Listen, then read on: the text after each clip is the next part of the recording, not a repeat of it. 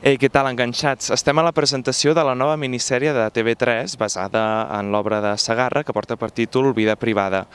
La Sílvia Munt ha dirigit aquesta producció que ha comptat amb actors com l'Aida Folk, amb Pep Cruz, entre d'altres. Vinga, us hi enganxeu? Vida privada és la història d'una família de l'alta aristocràcia catalana que comença el 29, a la plena Belle Époque, i que acaba amb la Segona República. És l'explicació una miqueta de com vivien certes famílies de la noblesa anades a menys, és a dir, que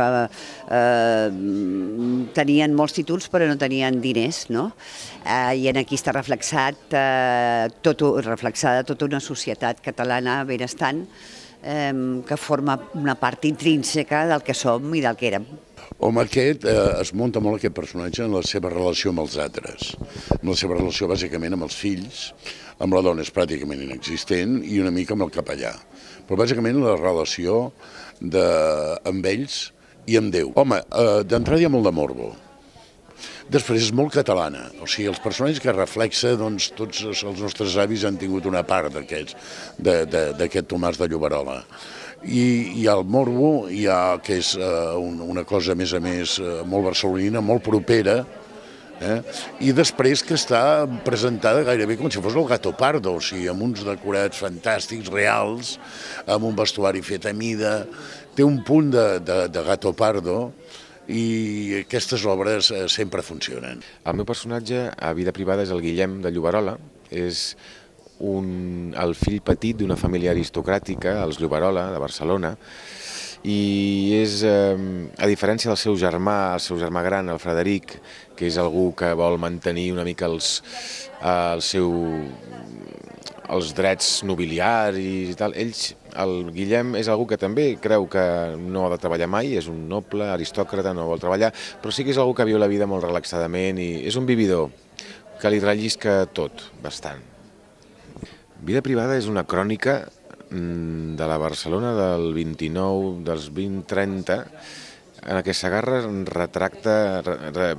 retrata una classe política, una burgesia i una noblesa. En el seu moment es veu que va ser superpolèmica, perquè parlava de molta gent i molta gent se sentia identificada i és molt àcid. Parla de la part fosca, de la doble moral, dels secrets de les famílies benestants catalanes, tant noblesa com aristocràcia, com burgesia. I és molt sucós, és molt sucós. La Rosa Trenor és un personatge que va escriure el Josep Maria de Segarra, que pertany a l'alta burgesia catalana dels anys 20-30 del segle passat, barcelonina, vinguda més, pertanyia a un estatus i que s'acaba dedicant a la prostitució. Té un passat amb el Frederic de Lloberola, van estar a punt de casar-se i va haver-hi una decepció i aquest personatge torna amb molta força a la seva vida. Les relacions pels diners, pels interessos, i la gran hipocresia que hi ha amb les classes benestants a l'època que anaven als baixos fons a divertir-se, als anys 20-30, amb aquella Barcelona canalla on tot era possible. Doncs una mica és un retrat de la hipocresia d'aquesta societat. Jo em dic Conxa Pujol i sóc una baronessa, la baronessa de Falset, i dintre de la història és una dona que participa de la hipocresia de l'època i té un equip amb el seu marit i té gustos, per exemple, sexuals molt moderns per l'època.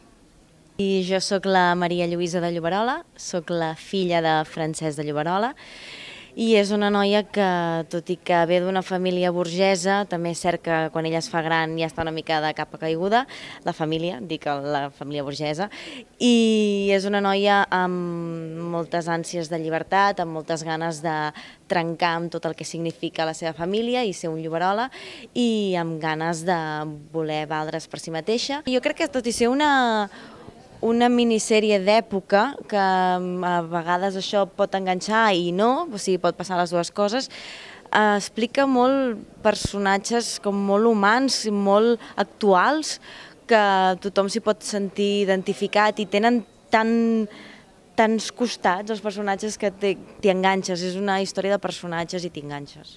Hi ha molt de lío i és una sèrie molt elegant, té erotisme, té un vestuari impressionant, és molt vistosa, jo crec que enganxa des del minut 1.